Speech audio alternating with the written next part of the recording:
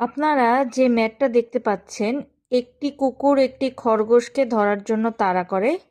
কুকুর যে সময়ে 4 বার লাফ দেয়, খরগোশ সে সময় 5 বার লাফ দেয়। কিন্তু খরগোশ 4 লাফে যত দূর যায়, কুকুর 3 লাফে তত দূর যায়। কুকুর ও খরগোশের গতি কত? এটা হচ্ছে প্রিভিয়াস ইয়ারের বিসিএস এর একটা কোশ্চেন।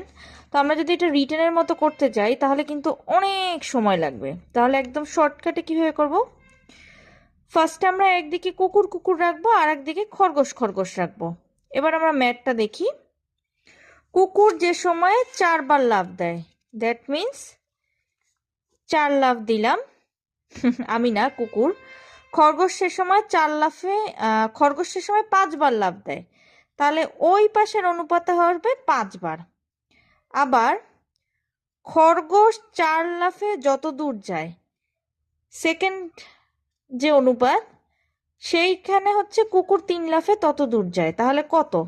এক্ষেত্রে আমরা আর গুণন করব। 4:4 16, 3:15, এটাই কিন্তু অ্যান্সার।